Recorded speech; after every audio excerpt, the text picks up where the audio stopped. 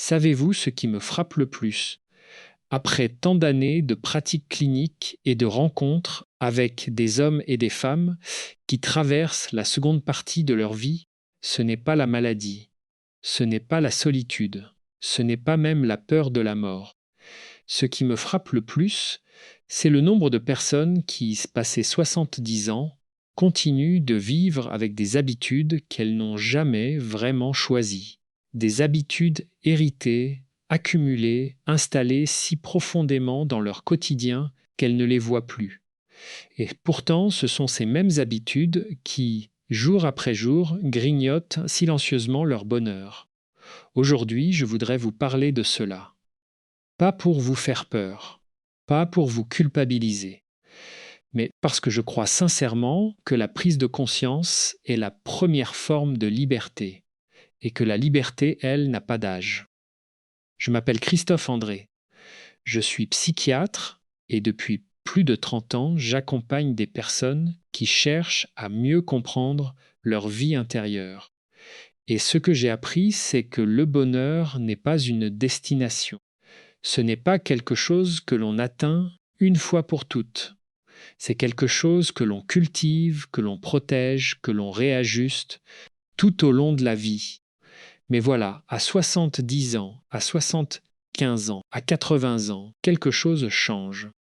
Pas dans la nature profonde du bonheur, mais dans ce qui l'entoure, dans ce qui l'étiole, dans ce qui l'étouffe parfois, sans que l'on s'en aperçoive vraiment.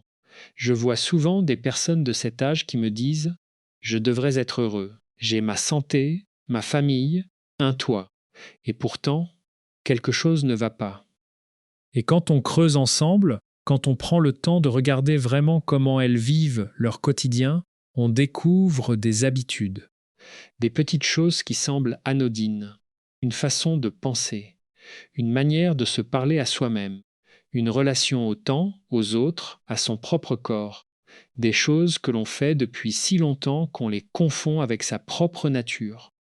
Ce n'est pas votre nature, ce sont des habitudes. Et les habitudes, contrairement à la nature, peuvent changer. Aujourd'hui, je veux vous présenter 8 de ces habitudes. 8 façons d'être ou de faire qui, après 70 ans, deviennent particulièrement destructrices pour le bonheur. Pas parce qu'elles sont nouvelles, mais parce qu'à cet âge, le temps est plus précieux, l'énergie est plus rare, et les conséquences de certains schémas se font sentir avec beaucoup plus de poids. Je vous invite à écouter cela comme vous écouteriez un ami qui vous parle avec bienveillance. Pas un professeur, pas un juge, un ami. Quelqu'un qui vous connaît suffisamment pour vous dire la vérité et qui vous aime suffisamment pour le faire avec douceur. Commençons ensemble. La première habitude dont je veux vous parler est peut-être la plus insidieuse de toutes. C'est l'habitude de vivre dans le regret chronique. Je dis chronique parce que les regrets, en eux-mêmes, ne sont pas un problème. Les regrets font partie de la vie humaine. Chacun d'entre nous a des choses qu'il aurait aimé faire différemment, des mots qu'il n'aurait pas dû dire ou qu'il aurait dû dire et qu'il a tus, des choix qui, rétrospectivement, semblent moins bons que d'autres. Tout cela est normal, tout cela est humain. Le problème, c'est quand le regret devient une résidence permanente, quand on ne visite plus le passé mais qu'on l'habite, quand on y retourne non pas pour apprendre mais pour se punir. J'ai rencontré une femme il y a quelques années, 72 ans, une femme vive, intelligente, entourée d'une famille qui l'aimait. Et pourtant, chaque matin, avant même d'ouvrir les yeux, sa première pensée était pour une décision qu'elle avait prise 40 ans plus tôt, une carrière qu'elle avait abandonnée pour suivre son mari. Elle ne le regrettait pas vraiment, m'expliquait-elle, mais elle ne pouvait pas s'empêcher de se demander « Et si j'avais fait autrement ?» Cette question « Et si j'avais fait autrement ?» est l'une des plus coûteuses de l'existence humaine, parce qu'elle n'a pas de réponse. Elle ne peut pas en avoir. Le passé est le passé.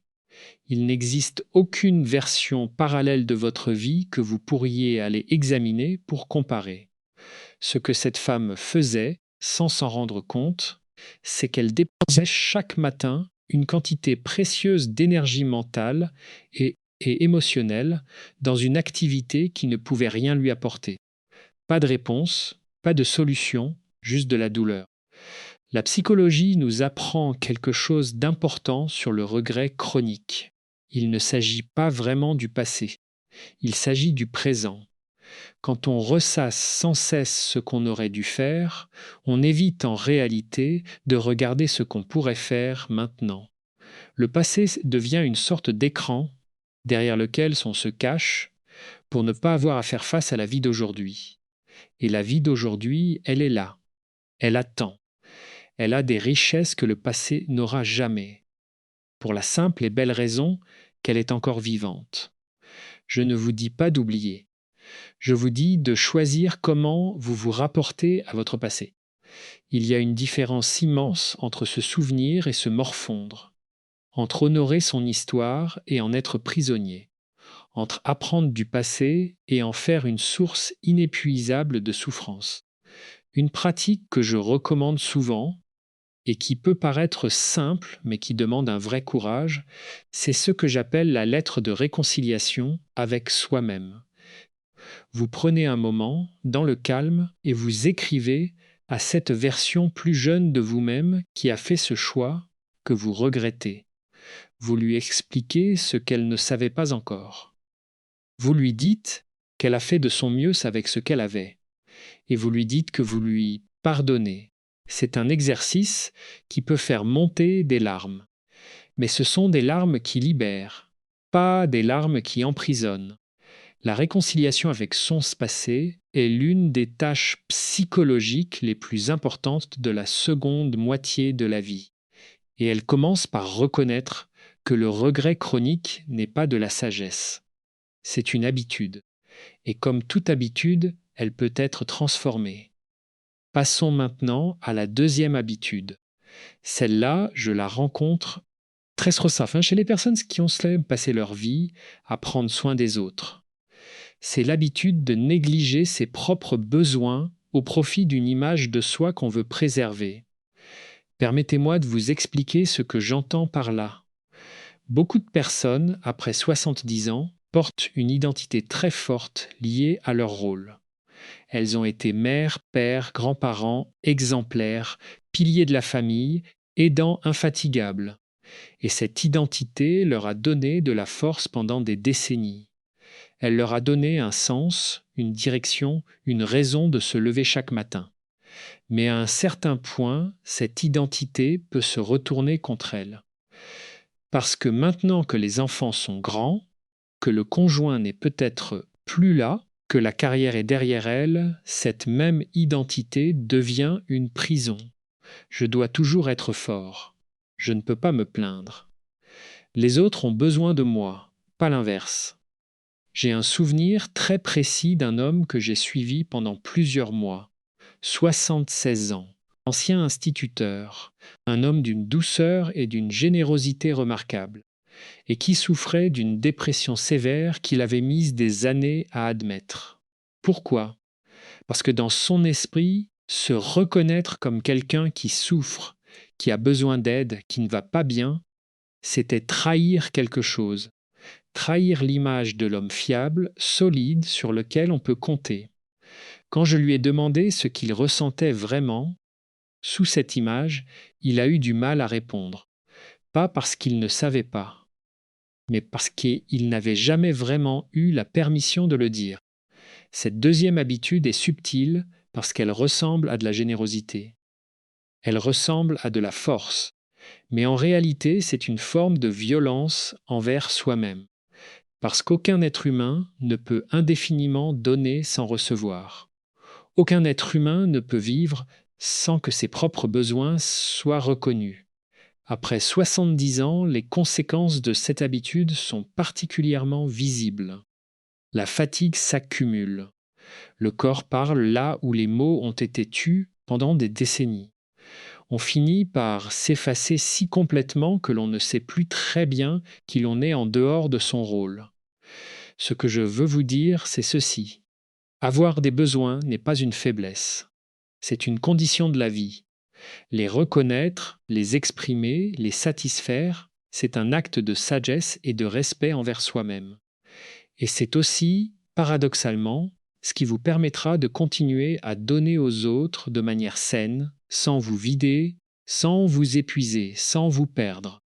Demandez-vous sincèrement, quand avez-vous fait quelque chose pour vous seul, uniquement pour votre propre plaisir, sans que cela serve à quelqu'un d'autre ou réponde à une obligation?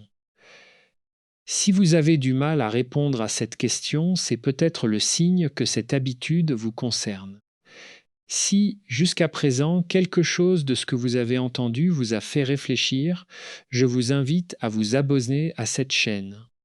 Ainsi, vous continuerez à recevoir des réflexions sur l'art de vivre mieux, de vieillir avec sérénité et de prendre soin de vous-même autant que des autres. La troisième habitude est intimement liée à la précédente. C'est l'habitude de fuir le silence et la solitude intérieure. Nous vivons dans un monde qui a une peur profonde du silence. Les téléphones allumés dès le réveil, la télévision comme bruit de fond permanent, les conversations qui s'enchaînent, l'agenda rempli pour ne jamais avoir à se retrouver seul avec soi-même. Cette fuite n'est pas nouvelle. Elle a probablement toujours existé. Mais après 70 ans, elle prend une dimension particulière. Parce que c'est souvent à cet âge que la solitude se fait vraiment sentir. Les amis disparaissent. Les enfants ont leur propre vie. Le conjoint n'est peut-être plus là. Et face à ce vide social, certaines personnes développent une stratégie de saturation. Elles remplissent chaque moment disponible de bruit, d'activité, de divertissement. Non pas parce qu'elles en ont envie, mais parce qu'elles ont peur de ce qu'elles pourraient entendre si elles se taisaient. La question que je pose souvent à mes patients est celle-ci.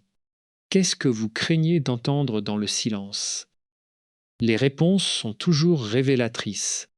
Certains craignent d'entendre leur propre tristesse, d'autres leur regret, d'autres encore une voix intérieure qui leur dit qu'ils n'ont pas vécu la vie qu'ils voulaient vraiment vivre. Mais voici ce que j'ai appris après 30 années de travail clinique. Le silence n'est pas votre ennemi. Il est votre témoin le plus fidèle. Et ce que vous entendez dans le silence n'est pas ce qui vous détruit. C'est ce qui vous attend depuis longtemps pour être enfin entendu. La solitude intérieure, quand on accepte de la traverser plutôt que de la fuir, se transforme. Elle cesse d'être une menace et devient un espace. Un espace où l'on retrouve sa propre voix, où l'on se rappelle ce que l'on aime, ce qui nous importe vraiment, ce que l'on ressent au fond. Un espace de ressourcement que aucun divertissement extérieur ne peut vraiment vous offrir. Je pense à un homme de 78 ans qui avait passé toute sa retraite à multiplier les activités. Voyages, clubs, associations, réunions de famille organisées à grande échelle. Et un jour, à la suite d'une opération qui l'avait contraint à rester chez lui plusieurs semaines, il s'était retrouvé seul, sans programme, sans écran. Et au lieu de l'enfer qu'il craignait, il avait découvert quelque chose d'étrange. Une forme de paix, un rapport à lui-même qu'il n'avait connu depuis des décennies. Il m'a dit, lors de notre première séance après cette expérience, je crois que je m'étais jamais vraiment rencontré moi-même. C'est cela, la solitude intérieure apprivoisée. Ce n'est pas l'isolement, ce n'est pas l'abandon, c'est la rencontre avec soi-même. Et cette rencontre est possible à tout âge. Elle est même, d'une certaine façon, plus riche après 70 ans, parce qu'on a davantage de vie à examiner, davantage d'expériences à intégrer, davantage de sagesse accumulée à laquelle on n'a pas encore vraiment eu accès. Commencez doucement. 5 minutes le matin, sans téléphone, sans télévision. Assis avec vous-même. Pas forcément pour méditer au sens strict du terme, juste pour être là, pour sentir votre respiration, pour laisser passer vos pensées sans les retenir ni les fuir. Et peu à peu, ce que vous craignez dans le silence se transforme en quelque chose de précieux. Abordons maintenant la quatrième habitude. Et celle-là, je sais qu'elle va toucher beaucoup d'entre vous parce qu'elle est extrêmement courante et parce qu'elle est présentée dans notre culture presque comme une vertu. C'est l'habitude de comparer sa vie à celle des autres. Comparer est une fonction naturelle de l'esprit humain. Nous le faisons depuis l'enfance. C'est en partie grâce à la comparaison que nous apprenons, que nous nous situons dans le monde, que nous évoluons. La comparaison peut être une source de motivation, d'inspiration, de discernement. Mais après 70 ans, quelque chose se passe avec la comparaison qui la rend particulièrement toxique. Et c'est le fait que la comparaison tend à se faire uniquement dans un sens, vers le haut, vers ceux qui semblent aller mieux, avoir plus, vivre plus pleinement, et rarement vers le bas, rarement vers ceux qui souffrent davantage, qui ont moins, qui traversent des épreuves plus difficiles.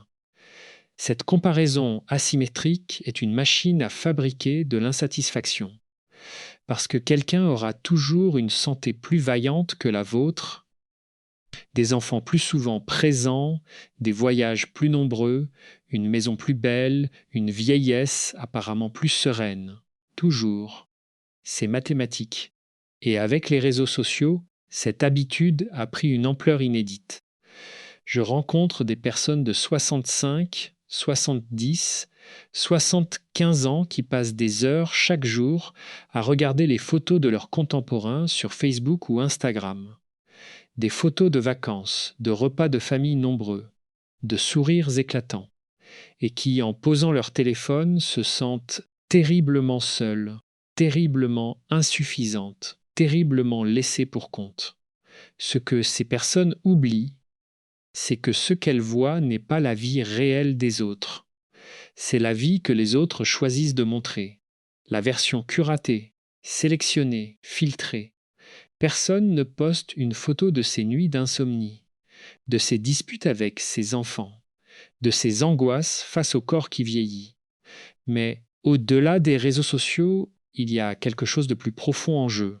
La comparaison chronique est souvent un signe que l'on n'est pas vraiment en contact avec sa propre vie, qu'on regarde davantage vers l'extérieur que vers l'intérieur, qu'on cherche à l'extérieur une validation que l'on n'arrive pas à se donner à soi-même. La vraie question, celle qui remplace avantageusement toutes les comparaisons, c'est: est-ce que je vis en accord avec ce qui m'importe vraiment? Pas par rapport aux autres, par rapport à vous, par rapport à vos valeurs, vos désirs profonds, votre propre vision d'une vie bien vécue. Et cette question-là, elle n'a pas de réponse universelle. Elle est entièrement la vôtre. C'est sa beauté et c'est sa liberté. Continuons avec la cinquième habitude. Je vais vous demander d'être particulièrement attentif à celle-ci parce qu'elle est souvent confondue avec de la prudence, du réalisme, voire de la sagesse. C'est l'habitude de résister au changement par peur de l'inconnu. Je vois régulièrement des personnes âgées qui ont développé une rigidité vis-à-vis du changement qui va bien au-delà d'une préférence naturelle pour la stabilité. Elles refusent de déménager même quand leur logement n'est plus adapté. Elles refusent d'essayer de nouvelles activités. Elles refusent de modifier des habitudes alimentaires pourtant problématiques. Elles refusent de se réconcilier avec des proches parce que c'est trop tard, ou les gens ne changent pas. Elles refusent parfois même de consulter un médecin parce qu'elles préfèrent ne pas savoir. Et quand on leur demande pourquoi, la réponse est presque toujours la même, formulée de différentes façons. J'ai peur de ce que cela pourrait amener. Cette peur du changement est très compréhensible. La vie, après 70 ans, a souvent apporté son lot de changements douloureux. Des pertes, des ruptures, des transformations non souhaitées. Il est naturel que le psychisme cherche à se protéger en s'accrochant à ce qui est connu, même quand ce qui est connu n'est pas vraiment satisfaisant. Mais voici le paradoxe. En refusant tout changement pour se protéger, on finit par se priver de toute croissance. On s'installe dans une forme de vie figée, prévisible, sécurisante en apparence mais appauvrie en réalité. Et cette vie figée, à long terme, n'apporte pas la paix qu'on espérait. Elle apporte une forme d'ennui profond, de sentiment d'inutilité, de vide. La neurologie nous a appris quelque chose de fascinant et d'encourageant. Le cerveau humain est plastique tout au long de la vie. Cela signifie qu'il est capable de créer de nouvelles connexions, d'apprendre de nouvelles choses, de s'adapter à de nouvelles réalités, même après 70 ans, même après 80 ans. La capacité de changement ne disparaît jamais complètement. Elle peut diminuer en vitesse, mais pas en possibilité. Ce que je dis souvent à mes patients, c'est que le changement n'a pas besoin d'être grand pour être réel. Un petit changement, s'accepter avec conscience, peut transformer profondément la manière dont on vit.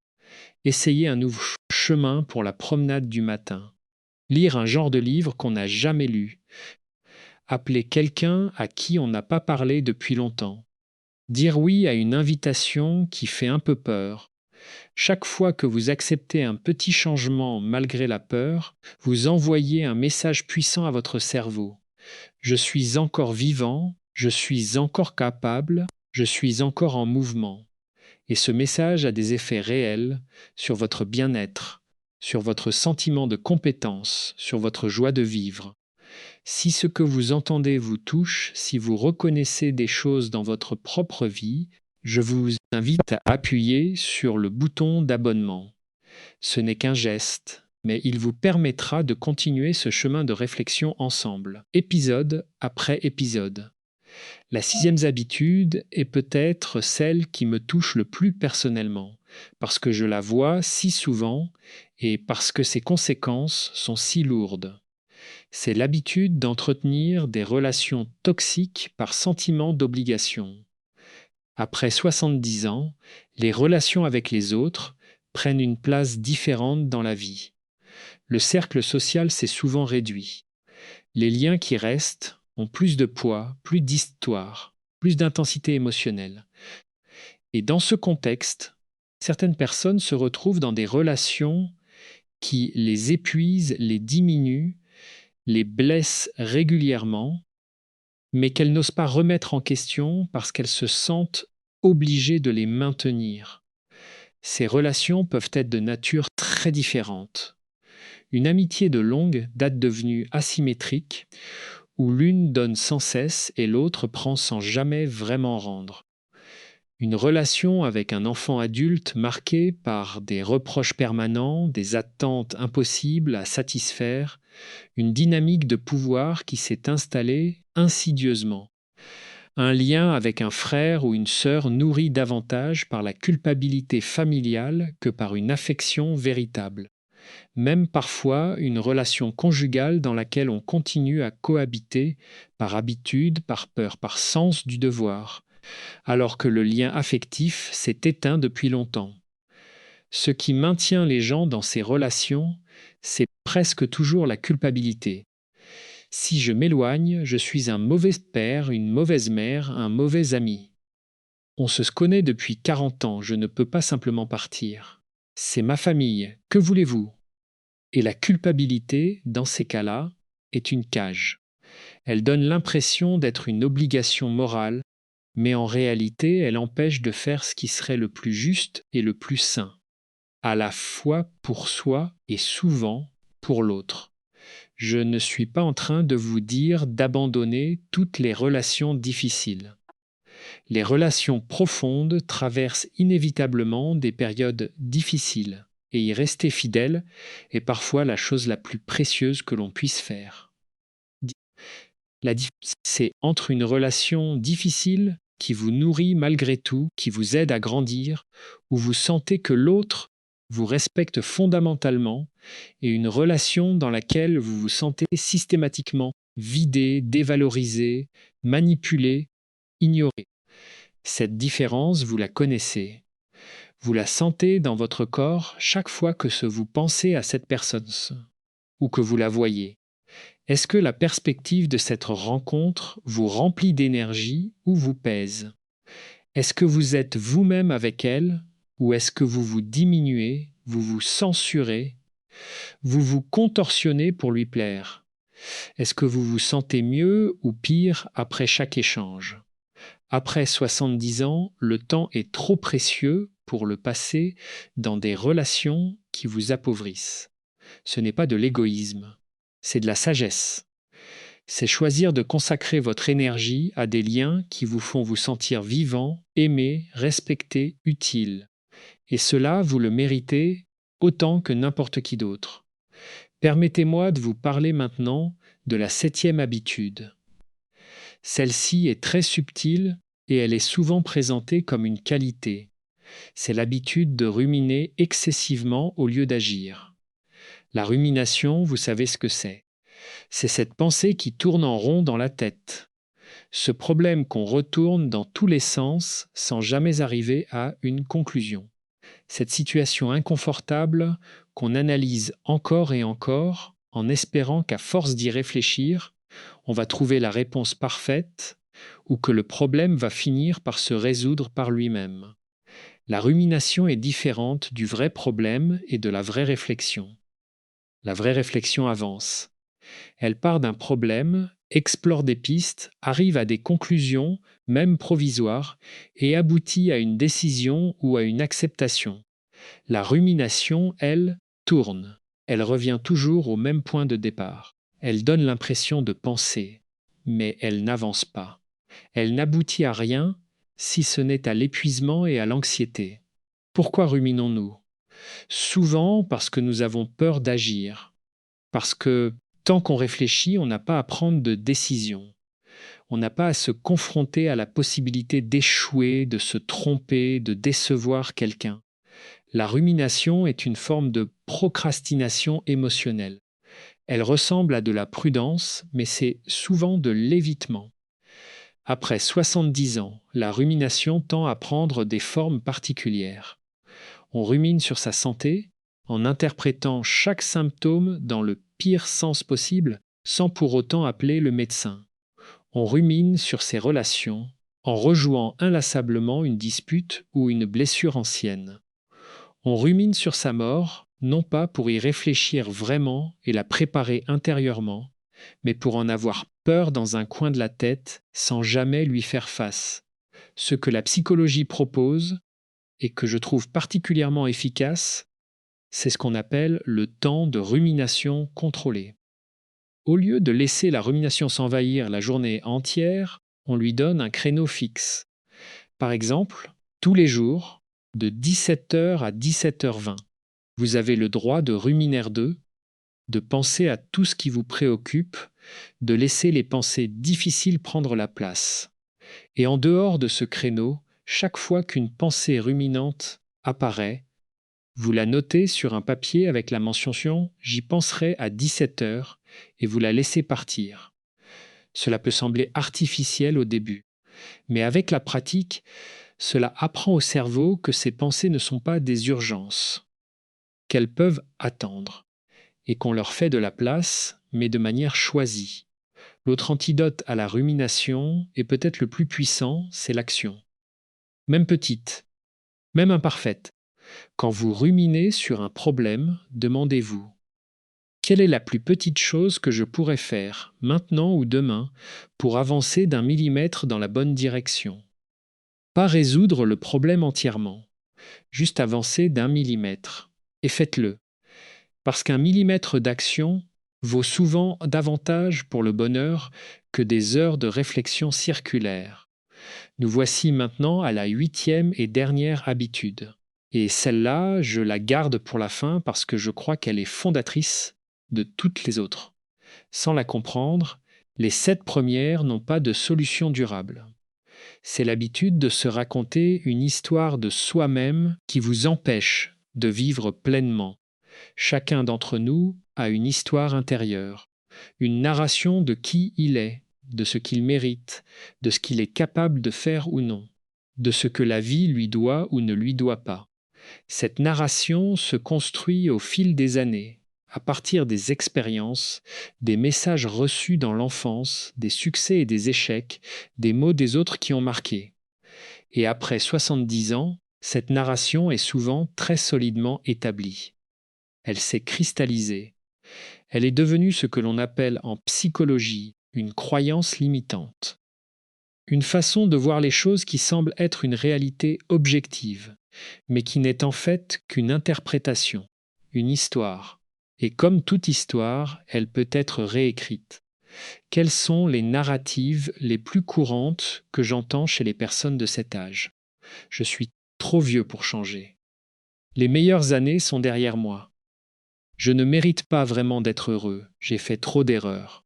Le bonheur, c'est pour les autres, pas pour moi. À mon âge, il est normal de souffrir, de se replier, de décliner. Ces phrases, quand on les entend ainsi énoncées clairement, semblent presque évidemment fausses. Mais quand elles vivent à l'intérieur, murmurées à mi-voix par une petite voix que l'on ne questionne jamais, elles ont une force extraordinaire. Elles orientent les choix, filtrent les perceptions, créent une réalité qui finit par ressembler exactement à ce qu'elles annonçaient. Si vous vous dites que vous êtes trop vieux pour changer, vous ne changerez pas. Non pas parce que c'est vrai, mais parce que vous n'essayerez pas. Et parce que vous n'essayez pas, la croyance se renforce. C'est un cercle qui se ferme sur lui-même. La première étape pour sortir de ce cercle, c'est de rendre visible l'histoire que vous vous racontez.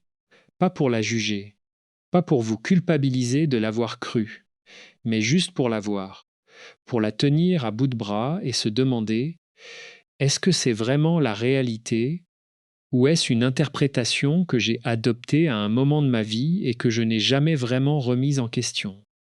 Je pense à une femme de 74 ans qui m'a dit, lors de notre première rencontre: je ne suis pas quelqu'un d'intéressant. Je n'ai rien d'important à dire ou à apporter. Elle croyait cela depuis l'enfance, depuis un père qui lui avait répété qu'elle était trop ordinaire.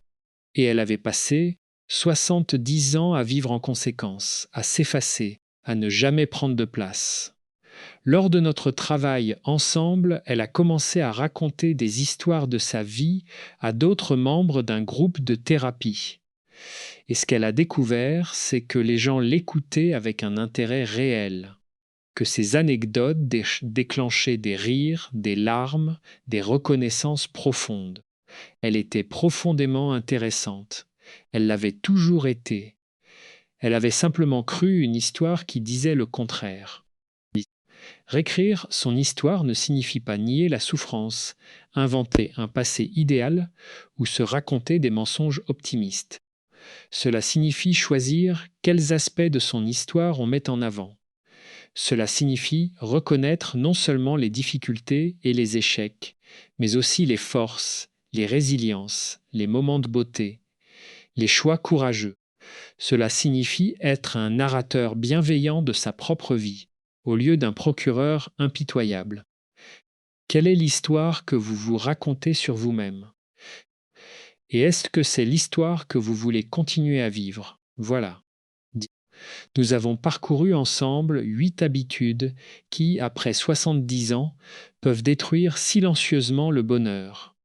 Permettez-moi de les rappeler brièvement, non pas comme une liste froide, mais comme des invitations à la réflexion. Vivre dans le regret chronique. Négliger ses propres besoins pour préserver une image. Fuir le silence et la solitude intérieure. Se comparer constamment aux autres. Résister au changement par peur de l'inconnu. Entretenir des relations toxiques par sentiment d'obligation. Ruminer au lieu d'agir. Et se raconter une histoire de soi-même qui empêche de vivre pleinement. Ces 8 habitudes ont un point commun. Elles sont toutes des façons de ne pas être vraiment présent à sa propre vie. Elles sont toutes des stratégies d'évitement, de protection, de recul. Et si elles ont sans doute eu leur utilité à un moment ou à un autre, elles coûtent cher. Elles coûtent la présence, la joie, la légèreté, le sentiment d'être vraiment vivant. Ce que je voudrais vous laisser en guise de message central, c'est ceci. Après 70 ans, Vous n'êtes pas condamné à vivre avec vos vieilles habitudes. Vous n'êtes pas la somme figée de vos années passées. Vous êtes un être vivant, capable de conscience, capable de choix, capable de transformation. La psychologie nous a appris que la croissance personnelle est possible à tout âge. Pas la même croissance qu'à 30 ans, pas avec la même vitesse ni la même forme, mais une croissance profonde, une intégration de l'expérience, une sagesse qui ne peut venir que de la vie vécue. Et cette sagesse, vous l'avez. Elle est en vous. Elle attend seulement que vous lui fassiez de la place. Ce que j'observe chez les personnes qui vieillissent bien, celles qui arrivent à la fin de leur vie avec ce sentiment de plénitude que le psychologue Erik Erikson appelait l'intégrité du moi, ce n'est pas qu'elles ont eu une vie parfaite, ce n'est pas qu'elles n'ont pas souffert, c'est qu'elles ont accepté leur vie telle qu'elle a été, qu'elles ont trouvé un sens dans leurs épreuves, qu'elles ont su donner et recevoir de l'amour, qu'elles ont continué à s'intéresser, à s'émerveiller, à apprendre. Et pour arriver là, il faut commencer par désactiver ces habitudes qui nous éloignent de nous-mêmes. Une à la fois, sans précipitation, avec la douceur que l'on mérite. Je vous propose un petit exercice pour terminer. Ce soir, avant de vous endormir, prenez un carnet et notez 3 choses. Premièrement, quelle est l'habitude parmi les 8 que nous avons évoquées qui vous a le plus touché? Pas la plus grave, pas la plus logique, mais celle qui a résonné le plus profondément en vous. Deuxièmement, quelle est la plus petite chose concrète que vous pourriez faire demain pour commencer à la transformer, pas la résoudre entièrement? Juste un premier pas, aussi modeste soit-il. Et troisièmement, quelle phrase bienveillante pourriez-vous vous dire à vous-même ce soir, quelque chose que vous diriez à un ami cher qui traverserait la même chose? Ce carnet n'est pas un devoir, ce n'est pas une obligation, c'est une invitation à prendre soin de vous avec la même attention que vous avez accordée à cet échange. Je crois profondément que les dernières décennies de la vie peuvent être parmi les plus riches, les plus profondes, les plus libres, à condition d'oser se regarder en face, à condition de lâcher ce qui n'est plus utile, à condition de choisir chaque jour, de vivre en accord avec ce qui compte vraiment. Vous avez la vie et l'expérience qu'il vous faut pour faire cela. Vous n'avez besoin de rien de plus que ce que vous avez déjà. Juste un peu plus de conscience, un peu plus de douceur envers vous-même. Et le courage, ce courage discret qui ne fait pas de bruit mais qui transforme tout, de mettre un pied devant l'autre dans la direction de votre propre bonheur. Merci de m'avoir accompagné jusqu'ici. C'est toujours une forme de confiance que j'accueille avec beaucoup de gratitude. Si ce contenu vous a été utile, si quelque chose a résonné en vous, je vous invite à vous abonner et à partager cet épisode avec quelqu'un qui pourrait en avoir besoin. Il y a peut-être autour de vous une personne qui traverse une période difficile et qui a besoin d'entendre que le bonheur est encore possible, que le changement est encore possible, que la vie mérite encore d'être pleinement vécue. Nous nous retrouvons dans le prochain épisode. Prenez soin de vous.